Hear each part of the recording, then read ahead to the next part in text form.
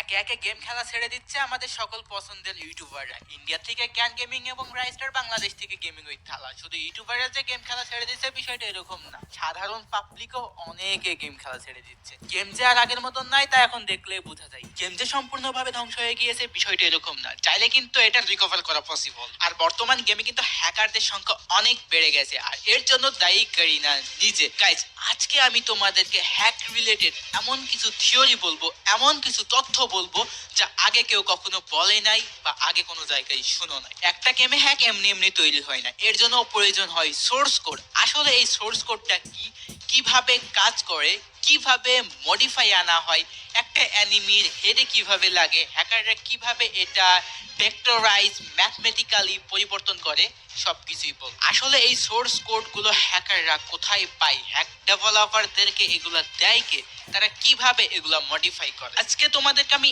এমন তথ্য দিব যা আগে কেউই দেয় না। এমনও হইতে পারে ভিডিওটা আপলোড দেওয়ার পরে ইউটিউবে নাও থাকতে পারে, স্ট্রাইক দিয়ে ভিডিওটা উড়াইও দিতে পারে। এর জন্য তোমাদেরকে বলতেছি সকলে ভিডিওটা শেয়ার করবা। এখন শেয়ার করতে বলতেছি না, সম্পূর্ণ ভিডিওটা দেখবা, বুঝবা, আদৌ আমি কি তোমাদেরকে ইনফরমেশনটা দিয়েছি আমার লজিকটা বুঝবা। আর তোমাদেরকে একটা কথা বলতেছি, ভিডিওটা পারলে ডাউনলোড দিয়ে রাখো, বিভিন্ন প্ল্যাটফর্মে তোমরা আপলোড দিও। আমার এই ভিডিও তোমরা যে কোনো জায়গায় আপলোড দিতে পারো, এর জন্য কোনো গাইডলাইন আসবে না। আমার পক্ষ থেকে একদম ফ্রি ফর এভরিওয়ান।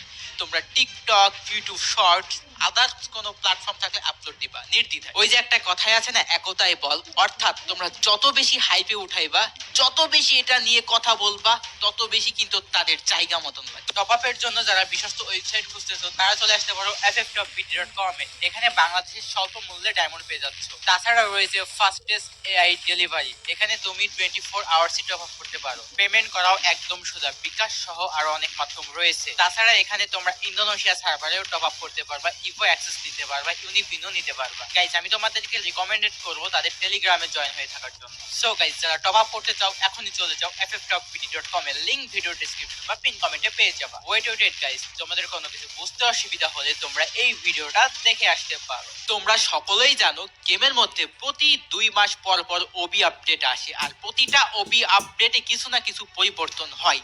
আর এই পরিবর্তনটা শুধু গেমের ভিতরেই হয় না, গেমের যে ফাইলগুলা রয়েছে, সোর্স কোডগুলা রয়েছে, সেগুলোর মধ্যে কিন্তু হিউজ পরিবর্তন হয়। ওইগুলো আপডেট করা হয়, ওইগুলা চেঞ্জ করা হয়, আবার ওইগুলা হচ্ছে কিছু কিছু জায়গায় সেমও রাখা হয়। আর একটা হ্যাক ভার্সন বা হ্যাক অ্যাপ্লিকেশন তৈরি করতে হইলে সোর্স কোড মডিফাই করতে হবে। সোর্স কোড মডিফাই না করলে কিন্তু কখনো এই গেমের মধ্যে সেই অ্যাডভান্টেজগুলো নিতে পারবা না। সাপোজ ভাই হ্যাকাররা বা হ্যাক ডেভেলপাররা খুব কষ্ট করে একবার সোর্স কোড মডিফাই করে ফেলাইলো, তাই বলে কি তারা প্রতিটা মাসে প্রতিটা ওবি আপডেটে সোর্স কোড মডিফাই করতে পারে? এটাও কি তোমাদের মনে হয়? আমি ভাই সরাসরি অফিসিয়ালদের দোষ দিচ্ছি না, তারপরে আমার সন্দেহের বেশে বললাম, এটা তোমরা জাজমেন্ট করবা আমার ভিডিওটা দেখার পরে।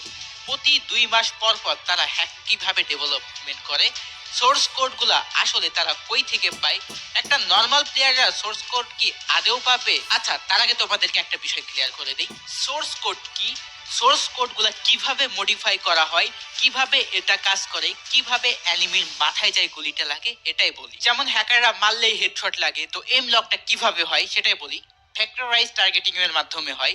তো এটা কিভাবে কাজ করে, গেমের মধ্যে তোমার এইম আসলে একটা 3D স্পেসে ভেক্টরের মতো কাজ করে। যখন তুমি ক্রসয়ার নাড়াও তখন সেটা একটা কোঅর্ডিনেট সিস্টেমে এক পয়েন্ট থেকে আরেক পয়েন্টে যায়। হ্যাকাররা কোডের এই ভেক্টর ক্যালকুলেশন অংশটা মডিফাই করে দেয় যাতে ক্রসয়ার সব সময় এনিমির মাথার দিকে অটোমেটিক ভাবে লক হয়ে যায়। এই ভেক্টর মডিফিকেশন মানে হলো যে গেমের কোডে যে ম্যাথের ফর্মুলা আছে সেটা এমন ভাবে বদলে দেওয়া হয় যে তোমার গুলি করার সময় এইম নিখুঁত ভাবে এনিমির মাথায় গিয়ে লাগে। অর্থাৎ সহজ ভাষায় আমি তোমাদেরকে বলি, যখন তুমি গুলি করতেছো ওই ফাইলের মধ্যে এমন একটা পরিবর্তন আনা হয়, তোমার গুলিটা অটোমেটিক ভাবে এনিমির মাথায় গিয়েই লাগবে। আর এটাকেই বলে এইম লক। তোমরা অনেকে বুঝতে পারতেছো না, অনেকের মাথার উপর দিয়ে যাচ্ছে, তো তাদেরকে রিকোয়েস্ট করতেছি সম্পূর্ণ ভিডিওটা দেখার জন্য, তাহলে আশা করি সবকিছুই বুঝবে। গাইস, রিকয়েল শব্দের সাথে সবাই পরিচিত, তো এটা কিভাবে কাজ করে, হ্যাকাররা কিভাবে এটা মডিফাই করে সেটা আমি বলতেছি।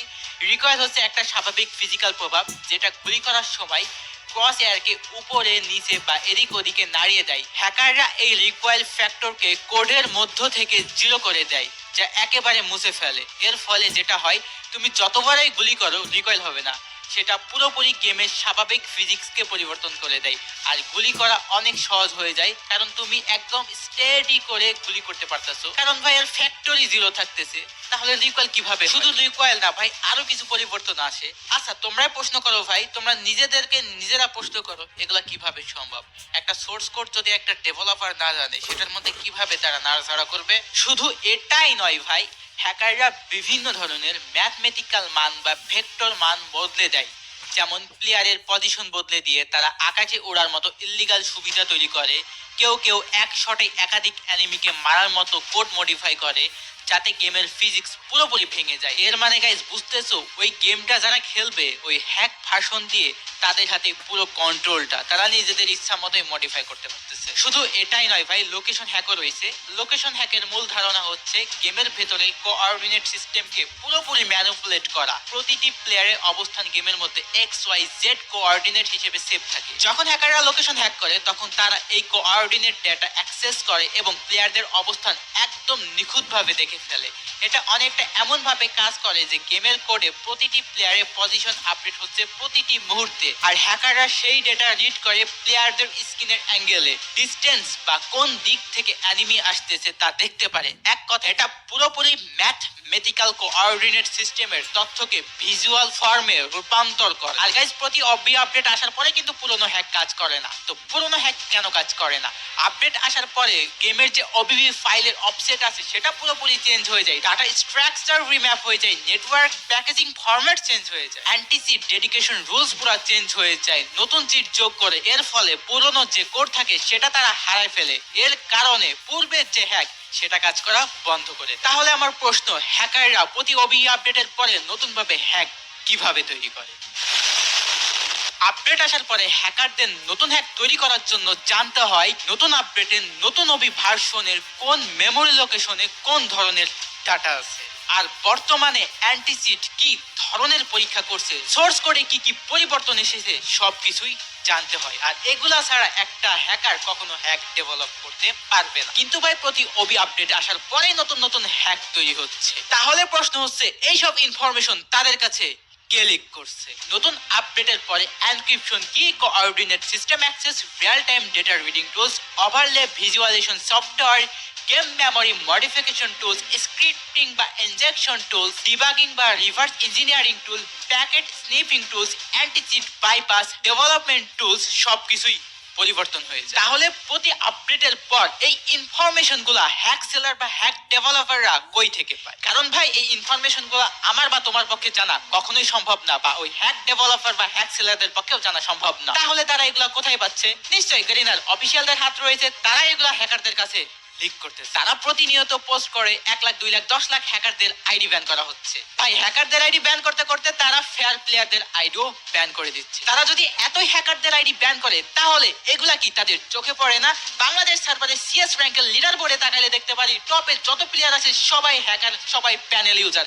এগুলা কি গারিনা চোখে দেখে না, নাকি তারা অন্ধ? যদি তারা চোখে দেখতো, সেই আইডি গুলা কিভাবে রিজনের লিডার বোর্ডে মাসের পর মাস টিকে আছে? এত এত হাজার হাজার লক্ষ লক্ষ আইডি কি ব্যান করতেছে? যদি লিডার বোর্ডের রিজনে থাকে হ্যাকাররা। হ্যাক নিয়ে ডেডিকেটেড ভাবে যদি আমি কথা বলতে চাই, আধা ঘন্টা থেকে 1 ঘন্টা পেরিয়ে যায়। এখন গাইস অন্য পয়েন্টে আসা যাক। গেমের মধ্যে ঘন ঘন ইভেন্ট, এত এত ইভেন্ট গাড়ি দিচ্ছে। এর ফলে গাইস এই ইভেন্ট গুলা পারফেক্টলি কমপ্লিট করতে গেলে প্রতি মাসে 30 থেকে 40 হাজার ডায়মন্ড মিনিমাম খরচ হয়। বর্তমানে যারা এই গেমটা খেলে অধিকাংশের বয়স 15 থেকে 20 বছর। তারা এইসব নতুন আইটেম দেখে ডায়মন্ড টপ আপ করতে পাগল হয়ে যায়। এখন একদল পাবলিক বলতে পারে, জিসান ভাই আপনি তো প্রতি মাসে lakh lakh diamond top up করেন, কোটি কোটি ডায়মন্ড নষ্ট করেছেন। তো তাদের উদ্দেশ্যে বলতে চাই, আমি যে টপ আপটা করি তা আমার একটা কন্টেন্টের উদ্দেশ্য, এবং টপ আপ করি সম্পূর্ণ নিজের টাকায়, ইনকামের কিছু অংশ দিয়ে। কিন্তু যাদের বয়স 15 থেকে 20 বছর, তারা সবাই কি চাকরিজীবী? সবাই কি কাজ করে?